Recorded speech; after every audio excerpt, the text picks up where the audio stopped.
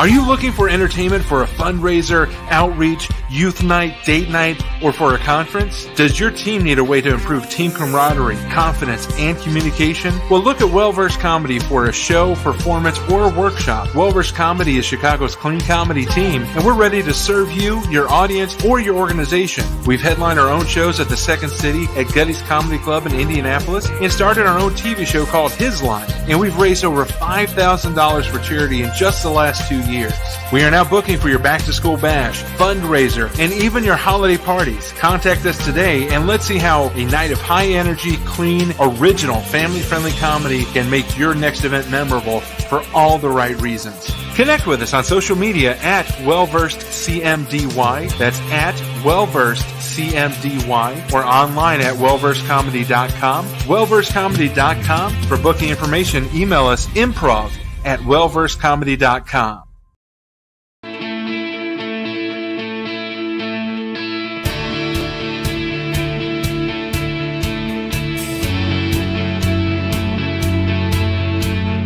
Welcome to the Gifts for Glory podcast, where we celebrate and promote men and women using their gifts for God's glory. Know someone who is making an impact for God's kingdom using their gifts, talents, and passions? We'd love to meet them. Send us an email at podcast@giftsforglory.com. That's podcast@gifts4glory.com. And now here is our host, Dave Ebert. Hello, friends and neighbors. Welcome to the latest edition of Gifts for Glory. I'm Dave Ebert. So glad that you're along with us tonight or today.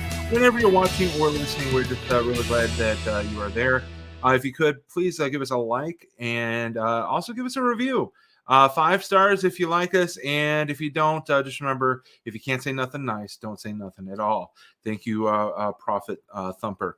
So let's dive into today's episode. Really excited to have you along with us. If you like what we do with Gifts for Glory, whether you support Well-Versed Comedy, this podcast, or anything that we're doing in order to use our gifts for His glory, we'd love for you to come alongside us at patreon.com/giftsforglory and be a monthly or a one-time supporter and help us pay for the podcast, because things like this, they take a little bit of money, and we'd like to continue to grow and provide good entertainment as well as opportunities and platforms for people to use God's gifts for His glory. So again, join us in this at patreon.com/gifts4glory, gifts the number 4 glory. We genuinely would really appreciate that. And a huge shout out to our monthly friend Felicity Joy at Felicity Joy Media and Black Conservative Female for being our Patreon supporter. So we really appreciate you, Felicity, and your support of the podcast and everything that we do here with Gifts for Glory and Well-Versed Comedy.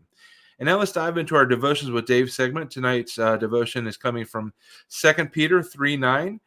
In this, coming from the NLT, it says, "The Lord isn't really being slow about His promise, as some people think. No, He is being patient for your sake. He does not want anyone to be destroyed, but wants everyone to repent."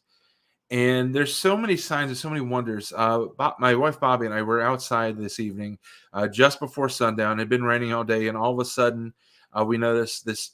And this photo does not do it justice, but this is a photo outside of our apartment building of the rainbow. Just a beautiful sign from God, a reminder of His promise to Noah. And as we're standing out there looking at this and marveling, we see people just walking around, coming in and out of the parking lot, in and out of the apartment complex, oblivious to the sign from God. It was just so prophetic to us in our minds that here is a sign, an irrefutable sign from God, and people are just unaware. They just don't see. They don't take time to marvel, and they don't take time to see.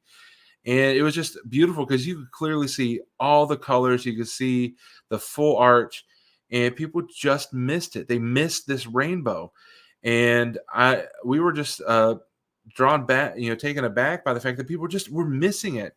And that, I think, is a part of what this verse is about. God doesn't want anyone to perish, but so many of us are just slow in recognizing the signs and recognizing the wonders and the power and the might of God. So I hope that if you've stumbled on this program, whether you're a believer or not, you will draw closer to God, and you will find that there are plenty of signs and wonders, plenty of things to see and marvel at, to recognize who God is and how much He loves us. So that's our Devotion with Dave segment coming from 2 Peter 3:9.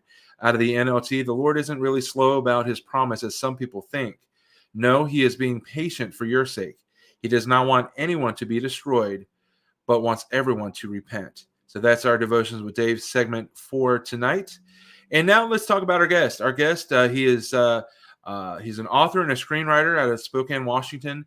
His popular podcast and blog, The Westminster Confession of Funk, at crosspolitic.com/Jason Farley. It explores the crossroads of poetry and the Christian life. He's the general editor of the Jovial Press and loves helping writers, especially poets, make it to publication. His latest venture is as CCO of the new streaming platform Loor TV, and Loor is on a mission. They're fighting the culture with great storytelling. Unfiltered by Hollywood or church ladies, Loor is a crowdfunding platform that enables filmmakers to build whatever they want without the restrictive woke agenda and get paid while doing it. So check that out at Loor TV, and also find out more about Loor TV right now as we check out this trailer, and we'll be back with our guest. Turns out the streamers are letting us all down. One has committed itself to destroying Grandma's terms of endearment for her grandbabies. Sorry, Grams, you can't call them cuties anymore. The other has decided that you can't have dragons unless you order them in a brown paper sleeve, so the mailman doesn't have to be wantonly subjected to the TNA of the Seven Kingdoms. You could go to the Christian streaming services where you can put on your ruby slippers and repeat to yourself over and over, but at least it's clean, but at least it's clean. Apparently, whatever is pure, whatever is lovely, is also horribly executed. But does it have to be that way? Can a high standard for storytelling exist with a moral backbone and a complete set of clothes for every actor and actress? That is what Loor is about. Quality entertainment for people not interested in seeing strangers naked. Of course, if you are just looking for your fix of and dragons, go to another streaming service, you perv. Be a part of the Loor. Click the link below. All right, Loor.tv, that's where I want you to go to check out after we get done with this conversation. But I'm now joined by Jason Farley of Loor TV. Jason, welcome to Gifts for Glory. Hey, thanks so much for having me. It's exciting to be here. I'm really excited about what Loor is going to do, and excited to have you and use my platform, as little as it may be, to help get people aware, because it's important. And we were talking before we went on the air that I believe we serve a God of excellence. We should strive to be excellent and not be good enough for the church lady, but be good. That's how I drive Well-Versed Comedy. That's how I try to drive this podcast with as little budget as I have, to try to do it as excellent as I can, because I'm talking about a God of excellence, and I believe that Loor TV is on that that same plane, trying to just serve our God of excellence through excellence. Yeah, that's what we want to see at Loor TV is his Christian artists given the opportunity to love God, make what they want, and not have to work for somebody else's agenda or be worried that the church is going to come after them because they didn't make another Hallmark movie. Yeah, there are plenty of Hallmark movies with a little bit of Jesus sprinkled in, and they're well and good. They're fun sometimes, but I think that real entertainment can be there and also honor God. Because think about it, God is the creator. We are in his image. Why can't we be just as creative? Right. Well, and I think what's happened is we've been, we have let faith-based be defined as a particular kind of genre in exchange for some of Hollywood's money. And, but faith-based isn't a genre. Everything is faith-based. It's really just a question of which faith. Right. And we believe that Christians should be working in every genre of storytelling, and that will get us better stories, and also let us tell all the different kinds of all the different aspects of the truth that you can't fit into a Hallmark movie. And it's fine to have some great Christian Hallmark style movies, great Christian rom-coms, and but that is not the definition of a faith-based movie. Right. And that's what we want to see changed, is see the freedom of Christians in the arts restored to them, so that they can work in all different kinds of storytelling modes the way that Christians throughout the history have been able to. So maybe I misspoke in the intro. It's not necessarily just a streaming platform, but it's also almost like a built-in Kickstarter / Indiegogo type Yeah, platform as well. it's like if Kickstarter and Netflix had a non-woke baby. Oh, wow. That would be what we like to say is that everything is crowdfunded. It's just a question of who gets to control the crowd's funds. Mm-hmm. And what we're trying to do is build a platform where people can choose how their money is spent in distribution. So what goes on to the platform is chosen by the subscribers of the platform, and that gives the subscriber the ability to say, well, here's what I would like to see on the platform, and here's what I would like to see on the platform. That way we know something has an audience when it gets made, but it also frees up Christian creators to come in and say, well, here's my dream project. Mm-hmm. This is what I would like to make. I would like to make a futuristic Western. I would like to make a sci-fi movie. I'd like to make a comedy, and let the subscribers say, well, that's something I would like to watch, or not something I'd like to watch. And to undermine the narrative that what Christians want is more rom-coms with bad theology. Yeah.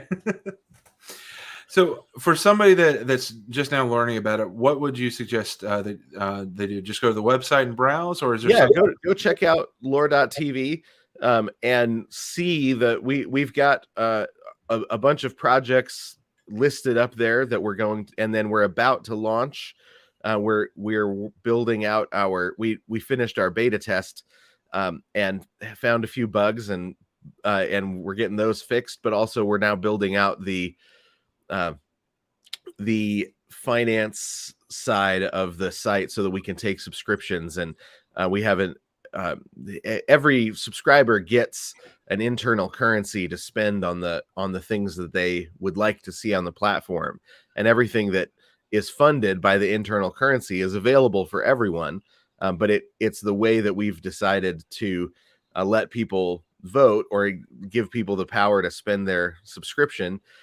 And when that launches, the earlier you get in, the more loot you get for your buck. So go check out what we've got there, and we've tried to find.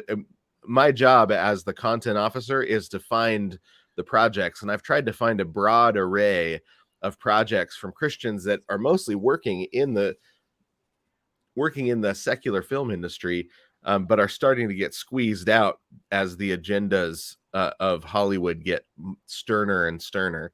They're getting squeezed out, and we are trying to build a platform that's ready for them as they bring all those talents and skills with them. Mm-hmm. So we've tried to find a broad array of projects so that when people come and they say, well, here's what I'd like to see, they actually have a lot to choose from, and not just, they're not limited into one or two genres. So yeah, go check out Loor.tv and see what kind of projects we've got over there. Are you looking primarily for new content, or if somebody has something in the can, they're like, hey, I think Loor would appreciate this. Is that something you're looking for, or just primarily original? We're looking for stuff that is either almost finished being made or is ready to be made. But we will eventually put up other things. But we're trying to prove our model, which and prove the current narrative that you still see all over the place. People are looking for, when they say we're looking for faith-based content, what they mean is a rom-com or a family movie of some sort that fits, that anybody of any age can watch. Mm-hmm. But I don't think that's all that Christians are looking for. I think they also want a movie to watch when the kids go to bed that maybe is a deeper, harder story, but displays the truth beautifully still. Mm-hmm. They're looking for those stories.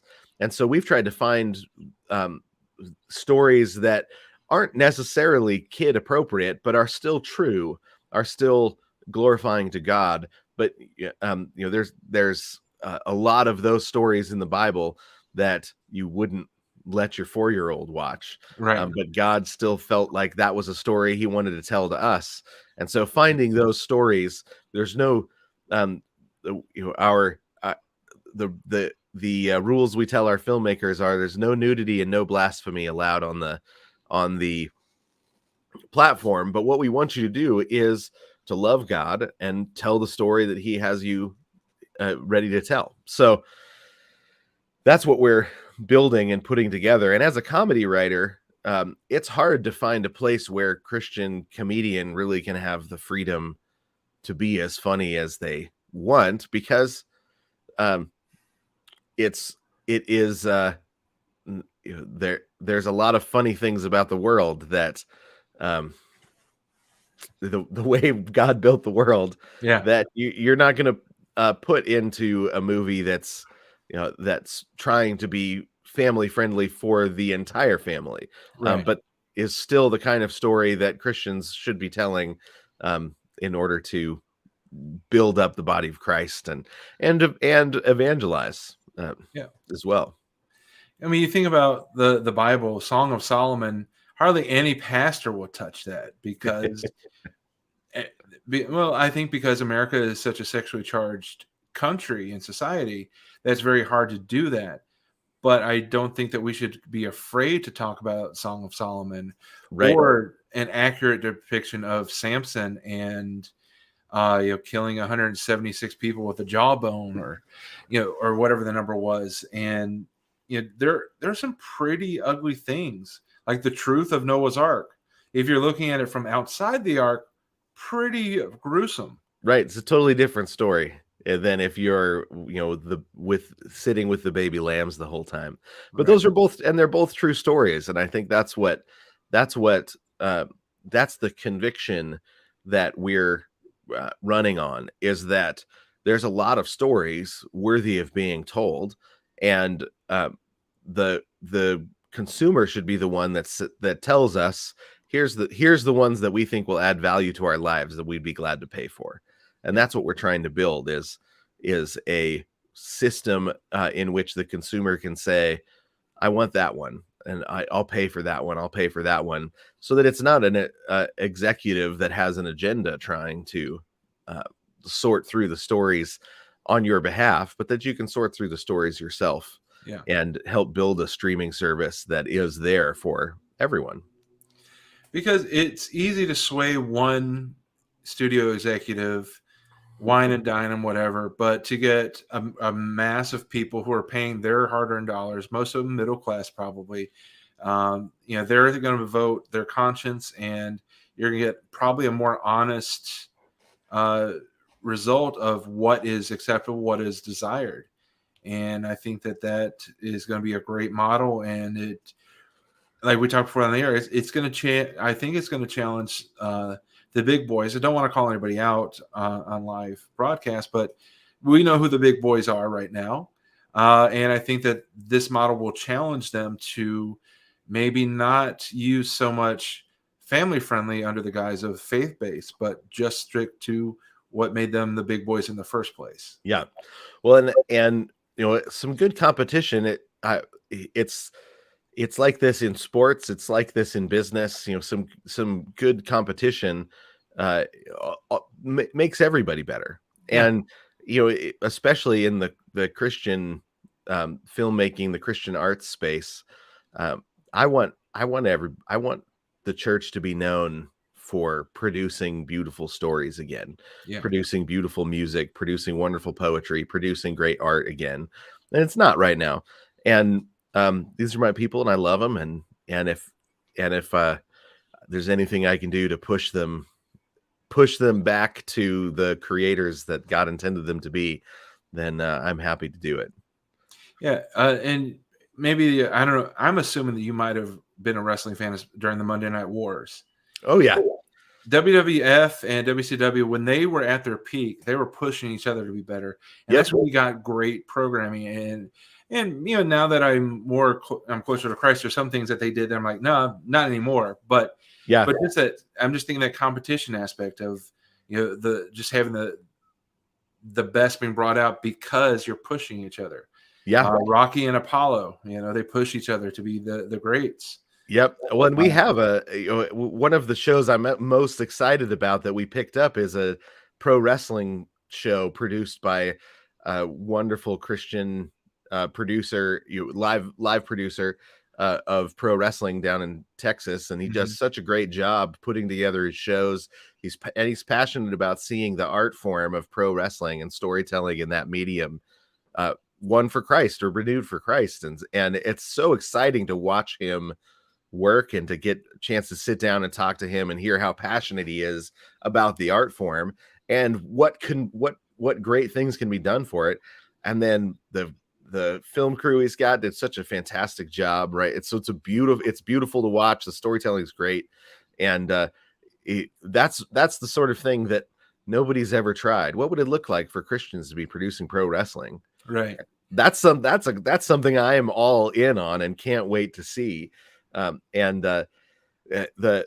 It's when we accept an identity from the outside, when let the world say, here's your lane, as long as you stick to it, we'll keep giving you the funds, then we miss out on great things like a great Christian wrestling show, great Christian sci-fi, great Christian comedy, and I'm looking forward to seeing what it is that is created by the people God's calling to do it. And I'm looking forward to the wrestling show as well, because that's where most of my improv comedy training comes from. As I spent 8 years as a weekend warrior, setting up, tearing down rings, going out for 8 minutes at a time to get the crowd, give them entertainment, whether it's the heel to get them angry at me, or as the baby face to get them cheering me. I always found being the bad guy was more fun, though, because there's more freedom there. If you messed up as the bad guy, what are they going to do? Boo you? But if you mess up as the good guy, they're like, why am I going to cheer this guy now? He's horrible. So I love the storytelling because it's at the root of it. It's the good guy versus the bad guy, good versus evil. And that's kind of our walk with Christ. What side are we cheering? Are we cheering the good guy or are we cheering the bad guy? Yeah, and you've got these really talented athletes who are also studying storytelling and studying acting, and it's as an art form, just getting a little bit of a glimpse behind the scenes, and now having a friend that's producing stuff is really exciting because you learn how amazing of an art form it is, and why it is that it adds so much value to people's lives that they're happy to spend lots of money on it. I'm hoping to see the same sort of thing with our wrestling show. Yeah. And I hate when people say, "Oh, wrestling's fake." It's like, you don't go to see Avengers and say, "Oh, the Shield is fake," or he didn't actually hit. No, there's no such thing as adamantium. Right. But wrestling is not fake. It may be choreographed, but you cannot fake half of what we do. Right. The falls, the hits, the chair shots, getting fat guys into tights. You can't fake that. Right. Yeah. Well, and then just when somebody that knows what they're doing, building a 3-act structure, a series of 3-act structures for each match, plus a 3-act structure for the night as a whole. That's really complicated, complex storytelling. That when it's done well is such a huge blessing. Yeah. And so I find it fascinating and really enjoyable. Yeah, absolutely. And that's all part of Loor.tv. You can find that website here at Loor.tv. Found out more about it, and find out how maybe if you have a project that's almost ready to go and you want to get it funded, you want to be part of a new movement, submit it and let Jason and the team look at it and decide on whether or not it's a good fit. Loor.tv. Now, you are more than the chief content officer. You're also an author. Before we dive into that, I'm sorry. you did have a project, a pilot episode dropped today on Loor TV. We Tell did. us Yeah. about this one. And So it's the first episode of a series of animated shorts called Exposed, and it's shorts exposing the reality of abortion and the industry that profits on the death of children in abortion. And the first one was called The Procedure, and it's a true story. And it was it's Kevin Sorbo does the voiceover, and he does an amazing job. He is a legit actor. He's really great. And he does a great job in this one. It's a true story about well, you can go watch it. It's free, but it's exposing the horrors of abortion. And it's been a great launch of the series, a great launch of the pilot. And it's we're going to be launching a series of pilots between now and launch to show you, here are the shows that we're funding. And it's secret Disney animators that have been making this short without their names attached, because they want to see abortion end. They want babies to be born and not killed. And that's but they also know they would lose their job if they did this. So they've been creating this project in secret, and it's the first episode in the series. And so we'll be funding the rest of the series, but the first episode is up now for free. And so you can go check it out at loor.tv, and then just go to the Exposed link and watch it.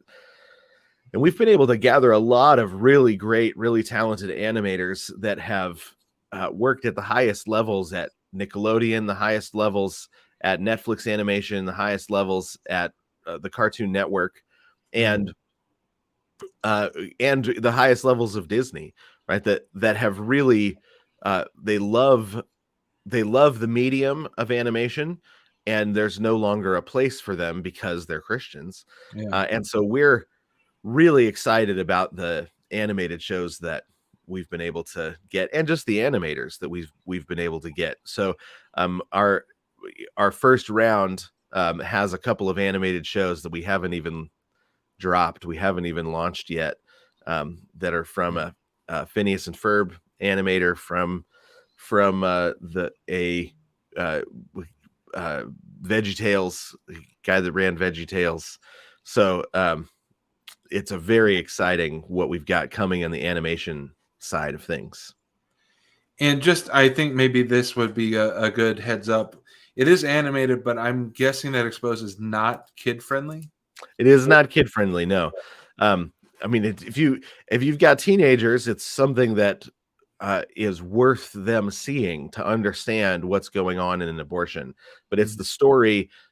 It's the true story of why one man walked away from the medical profession when he found out what was going on in the hospital and saw it with his own eyes. And it's just, he wrote down the story, and then these animators animated as he tells it. And it's heart-wrenching, but it's worth watching. And Uncle Tom's Cabin helped end slavery because people finally saw the realities of it. And we want to see the same sort of thing with abortion. When people see the realities of it, they say, wait, I don't think that should be allowed, right? Just like slavery.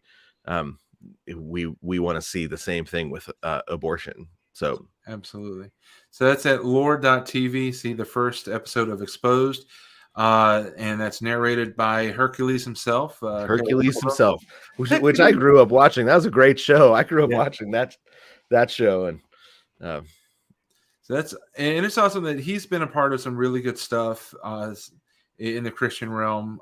So I'm really glad that he's also stepping out and lending his credibility and his notoriety to Loor TV and to Exposed, because we really want to see an end to abortion, and we want to see people's eyes open to more of the truths and realizing that they've been lied to in so many ways. Yeah. Not just in abortion, but in so many other ways. And so just really exciting to see that people with notoriety and name recognition are getting involved and getting behind it.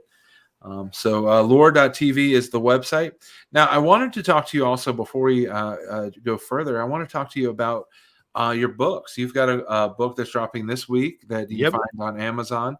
Tell us about the book that's coming out this week and the other books that they can find on your Amazon page. Yeah, so I have, so this week is a new collection of poetry. So this will be my third collection of poetry, and it's called The Anchor Holds. So this one, which is about to drop, is poems organized around the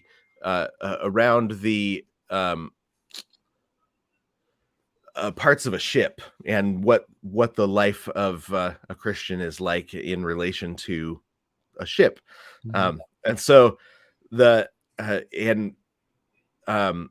so my third collection of poetry drops, and I've also got a book, In Pursuit of Kindness, that's about the Christian virtue of kindness, which is something that is often overlooked these days, and kindness is sometimes treated like it's actually not a virtue anymore. And then I've got a children's book, Wading Through Winter, about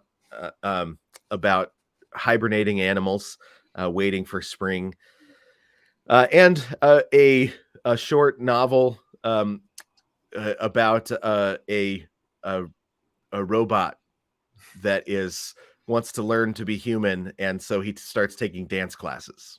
So because I'm a comedy writer by trade, and so my next book coming out is also a novel about a 30-year-old junior high English teacher who accidentally catches a leprechaun. So the comedy writing is that's the thing I love, the comedy writing and the poetry. And so trying to keep writing the poetry and getting that out there. But you don't make a living writing poetry. You do that because you can't make the voices in your head go away otherwise. So right. Very nice. So you can find those at amazon.com/author/Jason_Farley. That's Jason_Farley, like Chris, but I'm guessing no relation. No, unfortunately. So my wife does an amazing Chris Farley impersonation, but and he was one of the great comedy actors of the last generation. So it's not bad to share his namesake. Yeah. Farley and Candy are kind of my two inspirations as a comedian. More Candy because I tend to be a little bit more cerebral and I like the dad jokes and the Uncle Buck type characters. But I just rewatched Uncle Buck. I forgot how good that movie is. Oh, it is so good. I'm a huge John Candy fan. Planes, Trains, and Automobiles is just wonderful. But I hadn't seen Uncle Buck in a couple of years, maybe 5 years, and it's so good. Yeah, so good. John Candy and Chris Farley, huge losses too early, way too early. Yeah. So check out the books. They're at amazon.com. Christmas season is right around the corner. Make a great stocking stuffer. Amazon.com/author/Jason_Farley. So Jason, my favorite part of each show is hearing every person's testimony. We ask you to dive in as much as you feel the Lord is leading you, because even if it's just one person, somebody needs to hear your story. And I hope that you're comfortable sharing how you found Christ. Were you born into a Christian home or a Christian family, or was it a longer journey for you? Yeah, I have one of those awkward stories where my parents, were both Christians, but they got involved in a church through the Jesus People movement that was not connected to the historic church, and so things went wrong. And so I was raised by two Christians, but not going to church, because when I was about 3 years old, my family got shunned by a church that now doesn't even exist anymore because they weren't following the Lord. And so God just cut the branch off.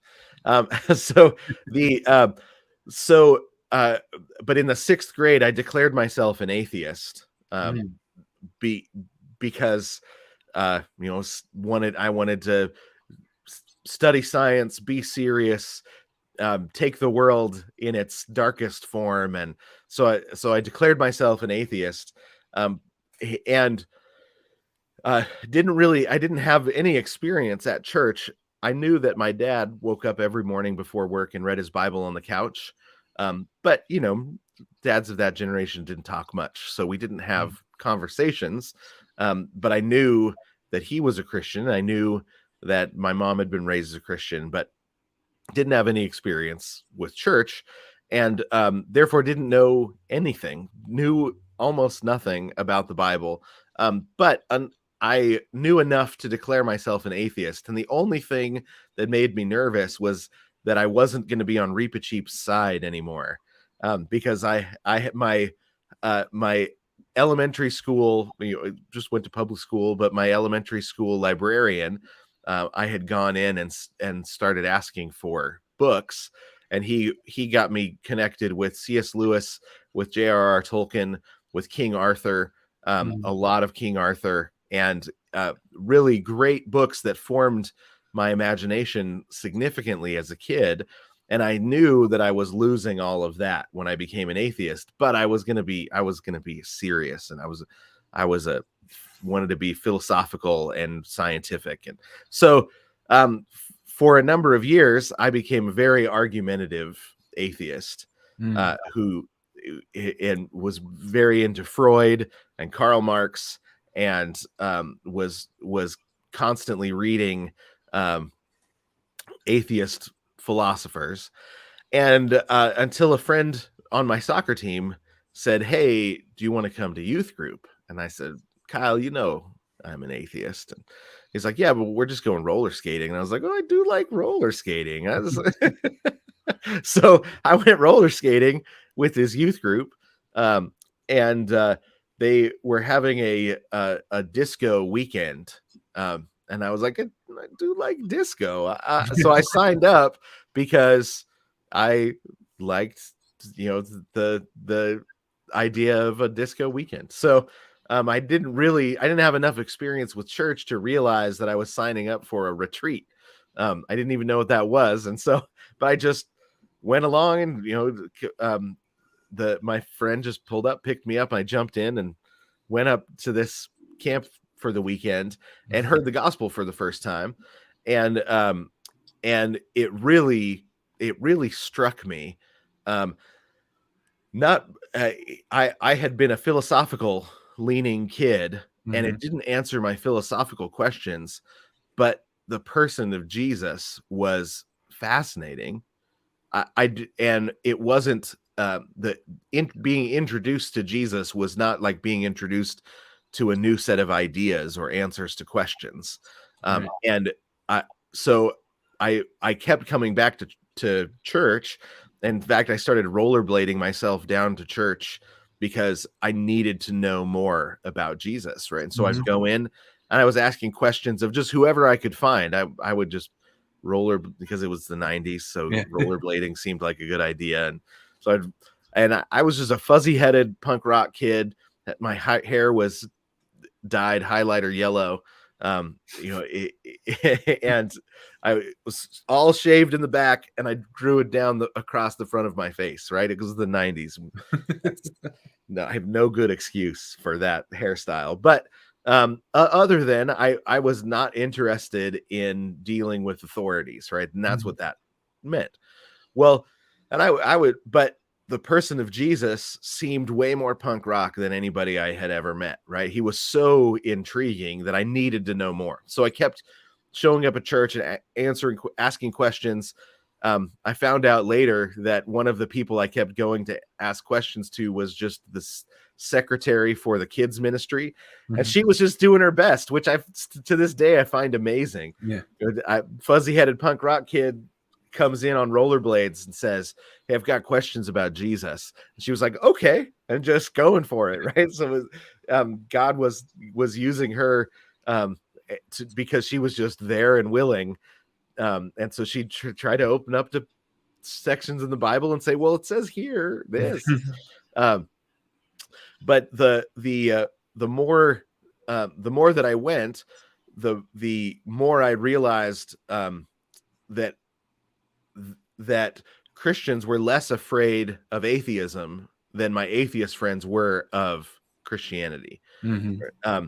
So I didn't have a Bible. I didn't own a Bible. And when I went to talk to an older gentleman in the church and just said, I'm kind of considering getting baptized because I think I might be becoming a Christian. Mm-hmm. But I've got a lot of questions. Can I borrow one of these Bibles from the pew? And he was like, you don't have a Bible. He just took me over to a closet, opened it up, and there's just a whole closet full of Bibles, and helps me pick one out. And I go home with my first my first NIV Bible, and he put a marker in at the beginning of Matthew, and he said, start right here.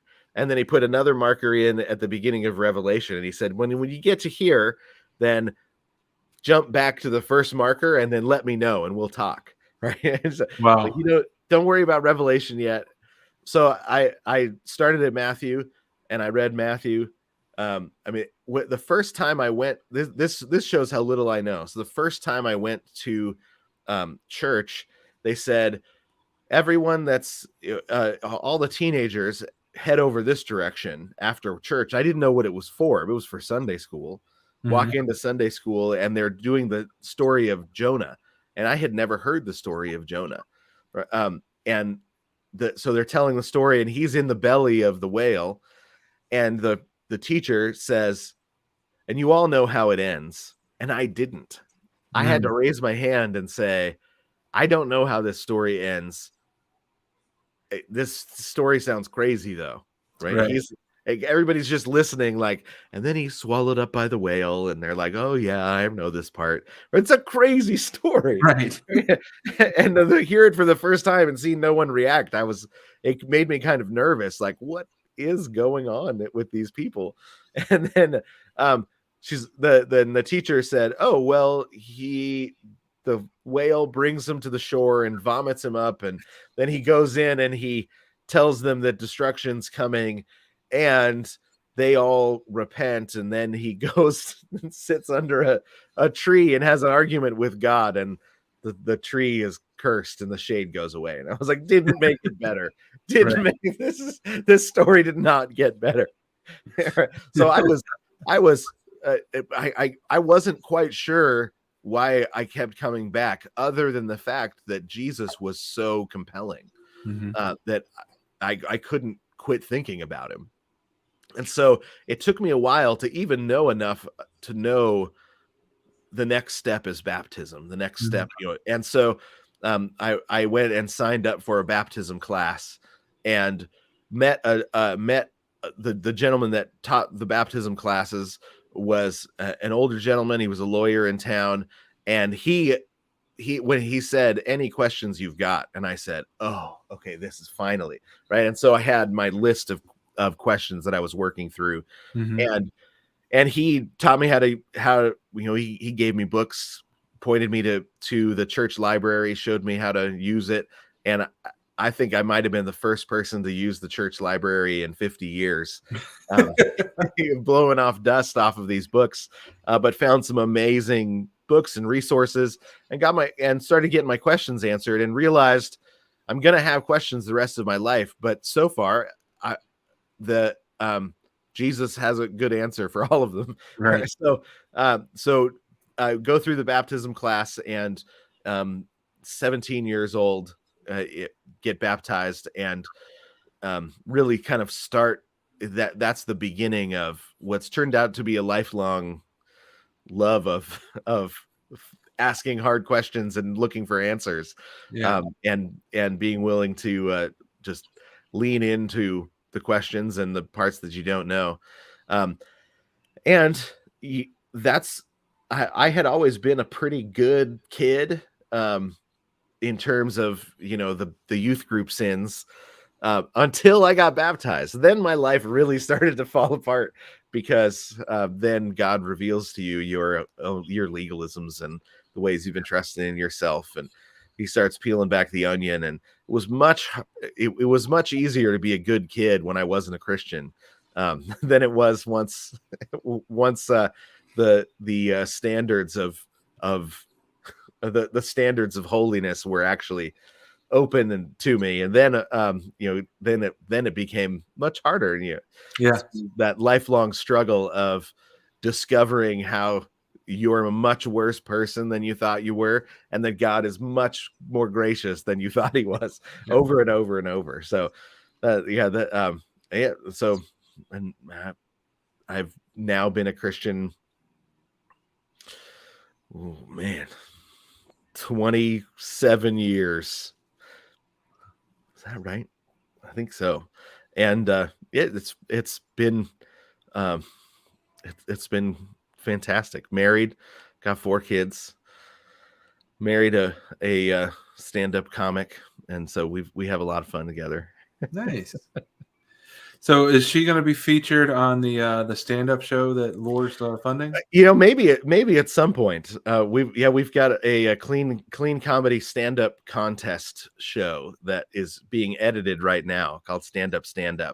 And if you're familiar with John Branyan, he's producing, and he and his manager, who he's related to, that they're producing the show, and he's a fantastic comic, one of the best comic writers you'll come across. I mean, secular, Christian, anything. My standard when it comes to Christian comics is, do I have to say, hey, you should watch this, it's clean? Or can I just say, you should watch this, it's funny? Right. And John Branyan I think he's one of the best comic minds in the country right now. I agree. My favorite bit of his, I don't know if you're familiar with, there's the 3 Little Pigs. Oh yeah. It's so good. It's fantastic. Yeah. I like that. My favorite bit of his is God inventing flatulence and showing it to the angels. It's so funny. What's that smell? What's that smell? He's like, get it? That way deaf people can enjoy it. Right. Yeah. He's a brilliant comic writer. Yeah. So that's awesome. And I love the story because every story is different. You were kind of in what one of my former pastors calls the crock pot. You just kind of simmered. Yep. And it took a while, but you got there. And once you got there, you were good. Just like leaving some barbecue in the crock pot for for 8 hours. Took a while, but once it got there and it's soft and falling off the bone, nothing better. Right. Well, I remember saying at one point, it's possible that atheism isn't true because Jesus seems like he might be the answer. Right. Mm-hmm. But I didn't have my questions answered, but Jesus was just so compelling. It was St. Augustine, he describes conversion as God opening your eyes to the beauty of his son. Right? That it's the beauty of Christ that actually compels us to convert, to become a follower of Christ. And that has, and I know everybody's experience is different. But for me, I was philosophically minded, and I still am. I mean, I've got a podcast that is, working through the history of philosophy and ideas from a Christian perspective. And, so I still am that way, but I wasn't converted by arguments. Mm-hmm. The answers to the arguments, I went looking for them because I wanted to follow Jesus, but the questions were in the way, right? I had questions that, I had spent a lot of time with Sigmund Freud, in the 8th grade, especially. And 8th and 9th grade boy with Sigmund Freud is not a good thing. Right. But it left a lot of questions that I had to work through and, come to answer and come to realize that, if if what Freud says is true, then Freud can't be trusted because he makes it so that you can't trust anyone's motives, and Mm. he would be included, right? So if he's right, then he's wrong, and if that's the case, then he can't be right. And so, but that took a while to come to understand. But I needed to understand how to get the questions out of the way between myself and Jesus, because he was so compelling. Yeah. And that's sometimes the hardest thing for humans to do, is to follow the logical conclusion of the question. Like you said, if Freud was right, he was also wrong. And we've seen it in our society where people are just unwilling to really question a narrative or question what the news or what people on the news are saying. Because if you follow to this logical conclusion, then they can neither be right or wrong, which means that they're wrong. Right. Yeah.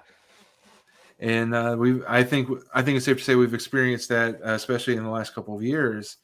And it's the hardest thing, because at one point you have to admit that you yourself are wrong, and that's the hardest thing to do of all. Oh yeah. That's, I mean, I've come to realize that's what my favorite book on storytelling is by an author, K.M. Weiland. She's a romance writer. She is an amazing author, but her books on plotting and on character development are, I think, the best out there, right?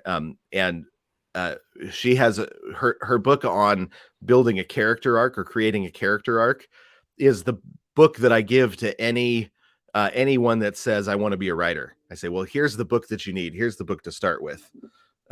Excuse me, I bumped my camera. And what she says is a character arc is the process of you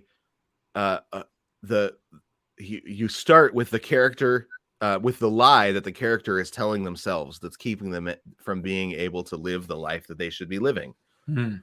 And then the plot puts pressure on that lie, reveals that lie, and makes the character have to choose between the truth and the lie that they're telling themselves. A comedy is when the character moves from the lie to the truth, and a tragedy is when they double down on the lie, even when they've been given the opportunity to embrace the truth. Mm. And she said that's what a character arc is. That book, I mean, it was life-changing for me, because all of a sudden your own life starts to make sense. Your own sanctification starts to make sense. But then as a writer, you start to realize this is how you build a great story, a great narrative, is when the plot is the perfect plot for the lie that the character is telling themselves. When the plot just keeps pushing on the lie over and over and over, and that they have to actually make the choice to drop the lie and embrace the truth, and so that they can grow as a character. And it was professionally life-changing as well as just personally life-changing. So yeah, that's one of my, I mean, there's a handful of books that when somebody says, hey, I want to be a screenwriter, I want to be an author, I want to be a storyteller, I say, well, if you do, here's the books to start with. And because storytelling is a craft. Mm-hmm. And that's something that a lot of Christians don't understand, is it's a craft. It's like plumbing.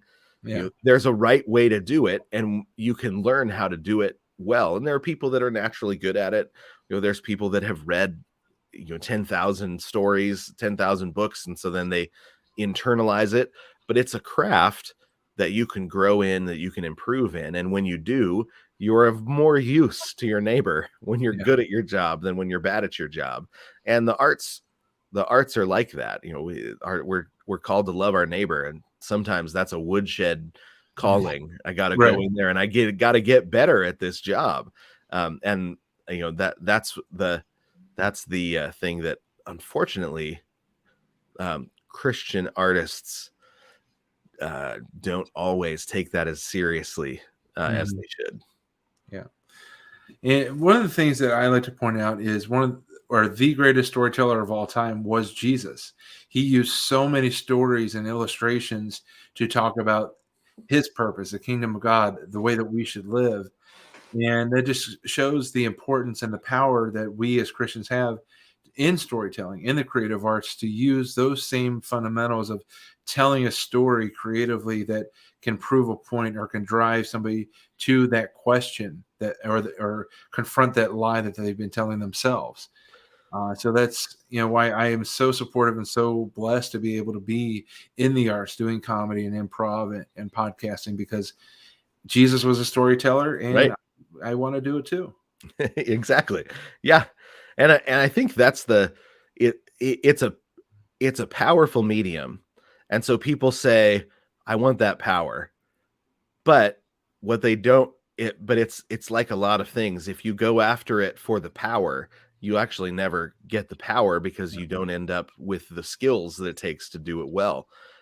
You have to say, I want to serve my neighbor, right? That has to, and what does that take? And leave the influence in the hands of God. You Mhm. might end up with it, you might not, but you are called, because you're not called to be influential, right? You're called to be, but you are called to love your neighbor.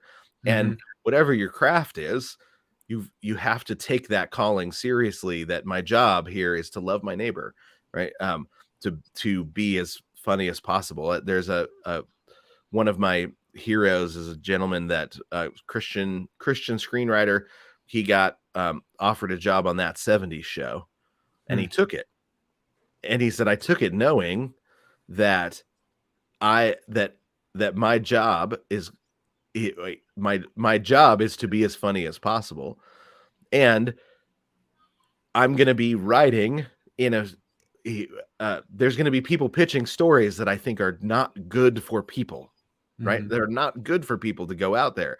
But the only way to to get the story that I think ought to be there is to be better at my job than them. And so he Mhm. just embraced it and said, I have to be as funny as possible, because if somebody comes and they pitch a show, uh, about, say, hey, what if they commit adultery, right? And he's like, well, that's not good, we don't want that on screen. So but to win that fight, I have to actually come up with a better idea, a funnier premise, a funnier joke. And he embraced the challenge. Mm. And I found it really inspiring, as a young guy, wanting to be a comedy writer, but not sure if you could do it as a Christian. Yeah. And at the time, I had a job editing an audio magazine, and they were interviewing him. And that editing that interview was life changing, because I thought, you, why not do the hardest thing possible, right? Yeah. Why not say, okay, Lord, I want the hard job, but make me, give me the opportunity to improve my craft, and so that I can get in there and have and be put in a place that's more difficult. I remember talking to a guy who was a Christian rapper, who was saying, it's one thing to go out against all the Christians and rap with them, but they're all going to be nice to you. He said, I Mhm. want to go down and rap the way I do as a Christian in a rap battle in East LA, and be able to compete there. And because I've been working on the craft, and so they don't look at me and say, oh, he's the Christian clean rapper, and that's why he's got an audience, but that I can actually challenge them on the craft at the poetry level. I find that really inspiring, that we're in a storytelling war, right? And we have been since the devil came into the garden. It was Yeah. and offered a different story. Right? Cain and Abel they were trying to live out different stories. Right? It's a storytelling war. We should get good at our craft as storytellers. And I say it again, we serve a God of excellence. We should strive to be just as excellent. He's the ultimate creator, and we're in his image. So on our smaller scale, we should be just as creative. Absolutely. And sometimes it means going above that low hanging fruit, but the higher hanging fruit is away from the worms and the ants. It's fresher and it's better. And a prime example is my comedy team went to a comedy night at a bar, and it was all stand up. We were the only improv team, and each stand up got progressively darker. Right. The woman that performed right before us joked about incest with her son, all these just vile things that she joked about. We literally prayed, Holy Spirit, cleanse this stage before we went up. And we went up, and not to boast, but to boast about God. We were the funniest act of the night because people didn't have to register each joke. Is this okay to laugh at? Right. Yeah. Am I going to offend somebody if I laugh? People could just respond naturally. And it just goes to show that, number one, light in a dark place is going to always be appreciated. And also, humor that isn't low-hanging fruit, that's creative, that honors God, is always going to be better when you strive for that excellence. Yeah. Well, and Chrysostom, Saint Chrysostom, he's a Greek preacher from the early church. He said that yeast only works when it's joined to the loaf. Right? He said, and our job is to be yeast in the loaf of the world. And so you've got to actually, we can't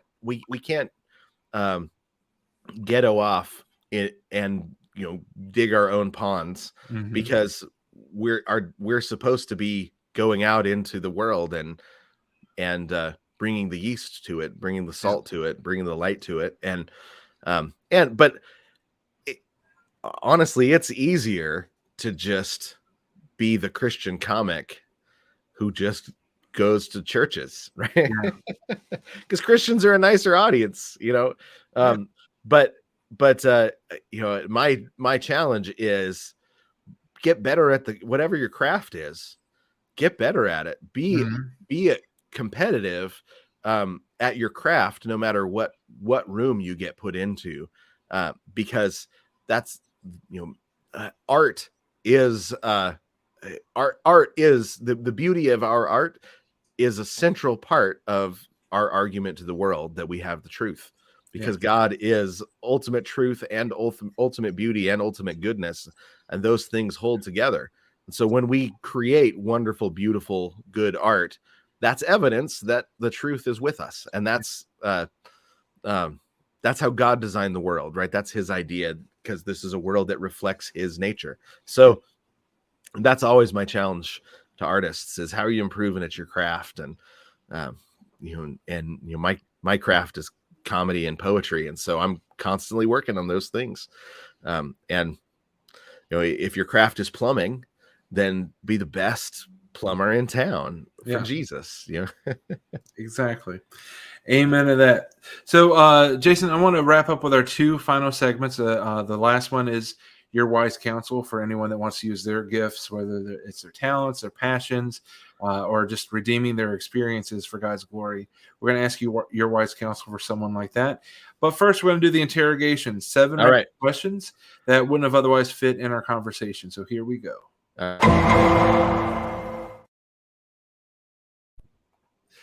All right, first question. What did you want to be as when you grew up? Oh man, we all at one point wanted to be a marine biologist so we could swim with dolphins, right? So there was that phase. But I wanted to be a rock star, honestly. I played the drums. I played in bands, and I really thought that I would be in the music industry at some point.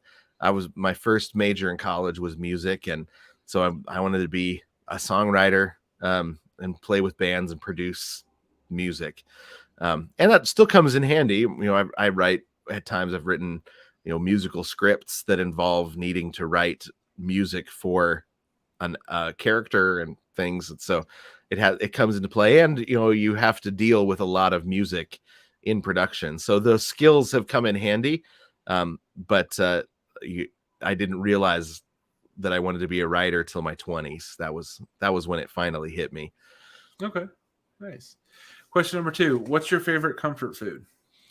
Macaroni and cheese. Oh, preach. Chick-fil-A has the best fast food mac and cheese on the planet. We don't have a Chick-fil-A here. Oh, no. Actually, we just got one, but it's on the other side of Spokane, which I know it doesn't seem like it's a long ways away because it's only 25 minutes. But then you got to go wait an hour in line. And right. So because there's only one Chick-fil-A. So I've never had Chick-fil-A's macaroni and cheese. But maybe I'll have to just bite the bullet. There you go. All right, question number 3. With whom do you most identify in Scripture?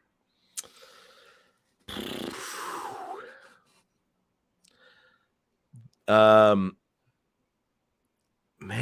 that's a really good question. I think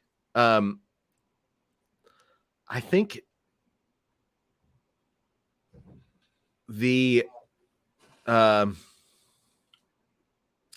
mean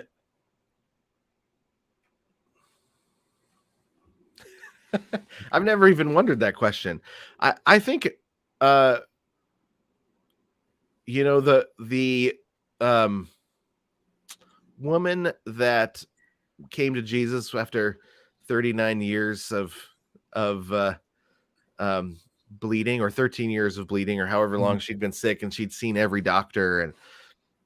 And I've always found her a really compelling character.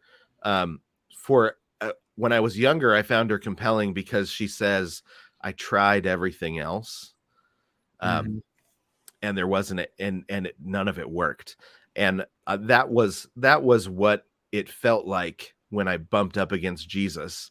Was I had bounced from thing to thing, from philosophical position to philosophical position, and that is probably one. Actually, though, when Jesus stands up and he says, unless you eat my body and drink my blood, eat my flesh and drink my blood, you can't be my disciple. And everybody leaves, and there's a few that stand back, and they say, and he says, aren't you going to leave too? Their response is not, of course we're not leaving, Jesus. Their response is, where else would we go? Right.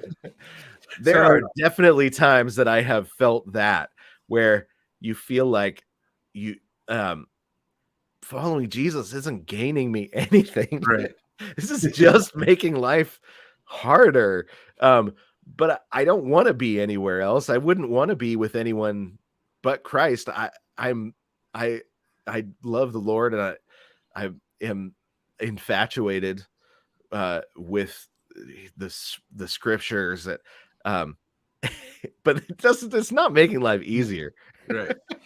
As you're recounting that, I'm just imagining Officer and a Gentleman, Richard Gere. I got nowhere else to go. Yeah, right, exactly. And that's, I mean, especially, as a comedy writer, so I'm really grateful for Marcus Pittman. I don't, who's our CEO, but I told him early on, when I came on, I wrote that commercial that we started with. I wrote that commercial, and I do a lot of our, I write quite a bit of our advertising, and I told him, look, here's the deal. I will cross the line writing comedy. It happens, and I need you to just call me on it and know that I'm fine with it. Right. So if I write something and you're like, oh, that's over the line, just tell me. And because that's how I find out where the lines are. Because as a comedy writer, you have to train away the editor. And that's part of what you do.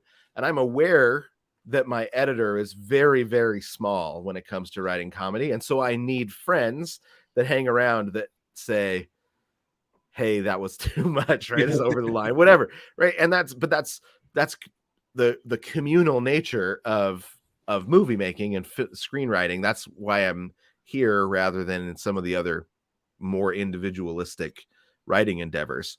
I don't have a particularly strong editor in my head anymore. And I've quashed it in order to get better and better at the clownish aspects of comedy. But having friends around that say, yep, that was too far, iron sharpening iron. Right. Yeah, exactly. That's so you that's so yeah, I can't even remember why I started telling that story, but no worries. All right, let's move on to question number 4. I think we might have touched on it a little bit earlier, but what's a talent you have that few people have seen? That few people have seen ever, or few people have seen in me? What talents do I hold back? Seen in you. Okay. Like a surprising talent. I think what whatever. I think people, they're surprised when it comes, to find out that I am a musician, because that's not something, because it's, I don't lead with that. I mean, I'm a joke writer, I'm a bit writer, I'm a storyteller. And then when people, so I was in an African drum troupe for years, and so I play most of the African percussion instruments. Okay. Really well. I mean, I just because I put in decades, on in hand drums and in bells and marimba and different things, and so people are often surprised to see a big, furry, smiley, chubby white guy jump up and join the African drum troupe. Nice. So, All right, question number 5. What keeps you up at night?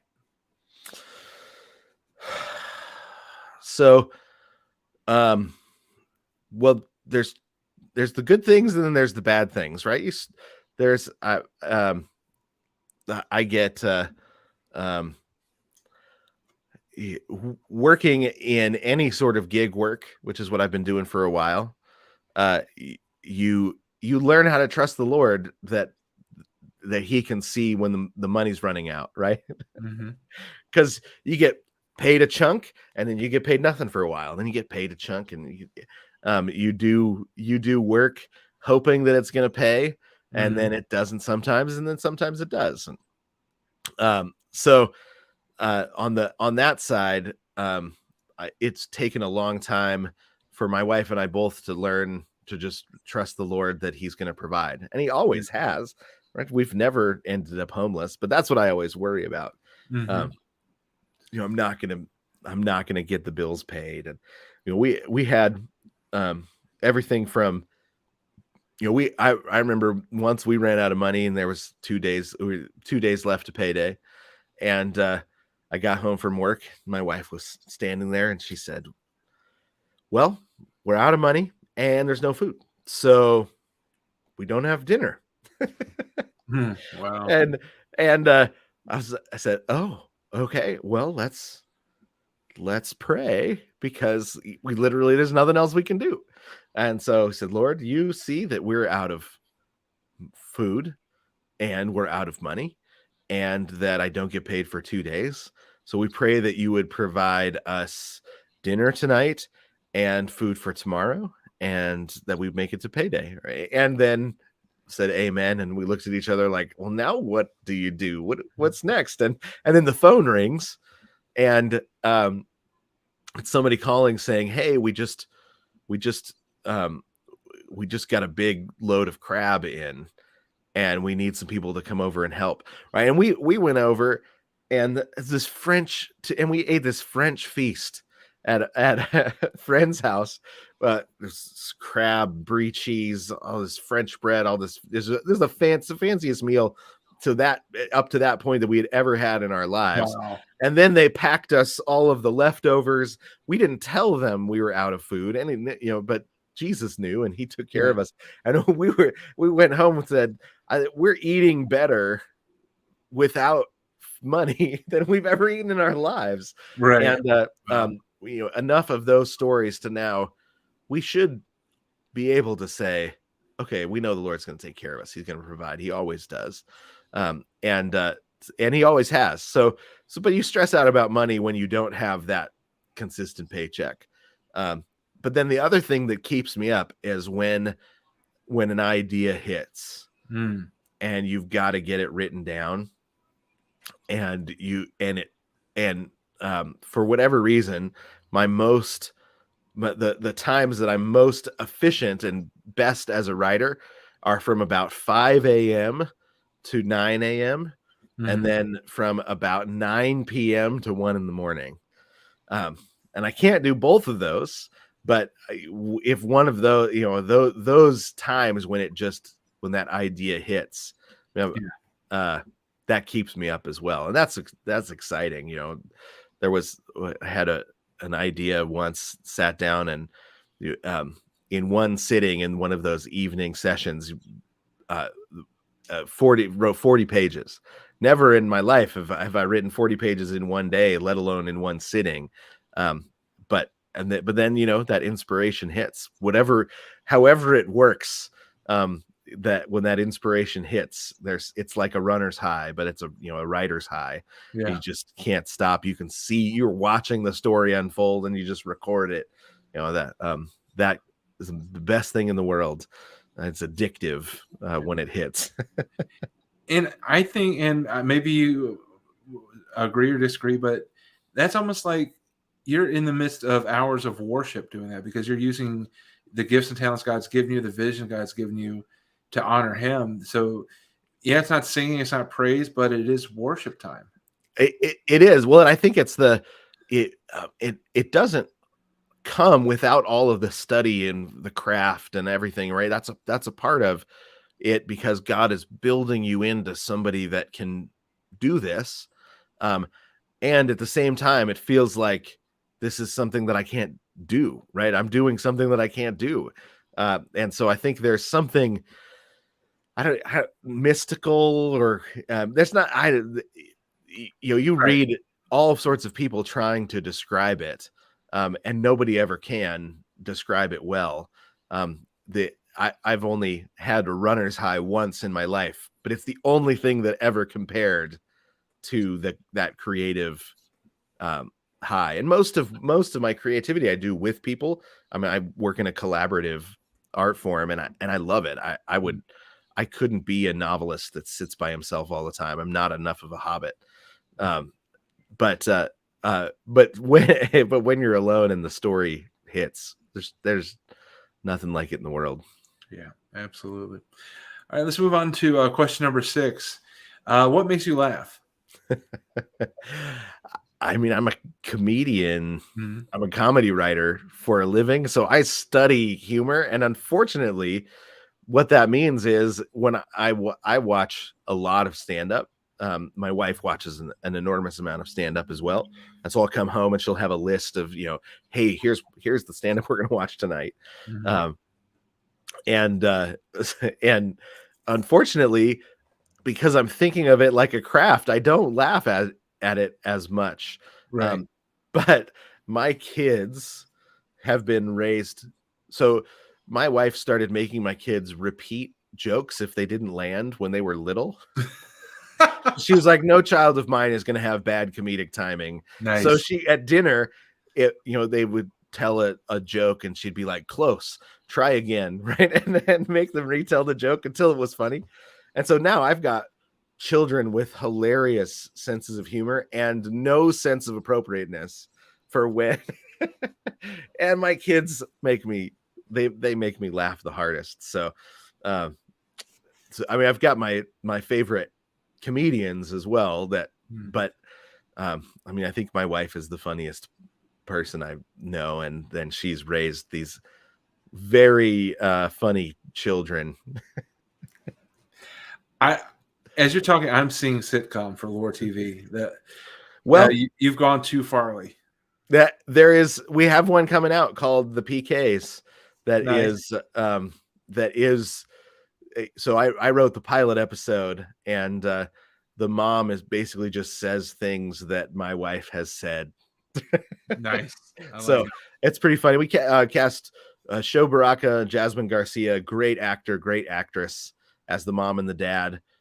Mike James, a really funny comedian, plays the grandpa. Okay. And a group of kids. And so we've already filmed it. We just got the back from the colorist the end of last week, so it looks fantastic. So so keep an eye out at Loor TV. The PK's pilot will be up there soon, in the next couple of months. So perfect. All right, final question of the interrogation. Is there a story that you'd love to tell on film or TV through Loor TV, or maybe another project? Man, there's 2 of them, but one I'm in the middle of writing, and so I'm not sure if I should talk about that one yet. Okay.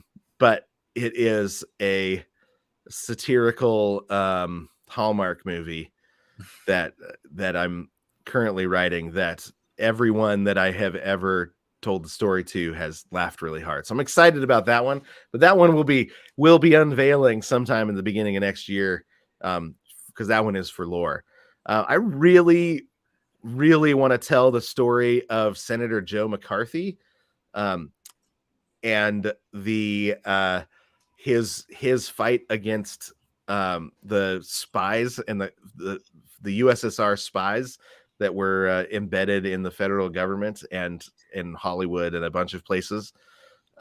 He gets a bad rap, and I'd love to tell his story and show what a hero he was. And even just saying Senator McCarthy was a hero probably would get me kicked out of Hollywood. It might get us kicked off Facebook right now. It might, but it's such a fascinating story because he when the USSR fell and all of the papers became public, you discovered that 97% of his accusations were true. He actually identified real communist spies that the USSR was giving direction to, all the way up to a speechwriter for the president. And it's such a fascinating story, and he's been, I think, really misused by history. So that's a story I'd love to tell, just because I think it's so fascinating, the how that whole thing, how that worked, because some of the methods that were used by the people trying to fight the communists weren't good. But they also we act like there weren't really spies, and there really were. And I think that's a story that I think is so fascinating, because it's a real life spy drama that was happening. And now we've got all the papers, we've got it all open, so we know who that there really were spies and that he really was identifying them. And so I think telling that story in a balanced way would be a joy. I might never get another job again, but well, as long as you're working for Loor TV, exactly. Right, exactly.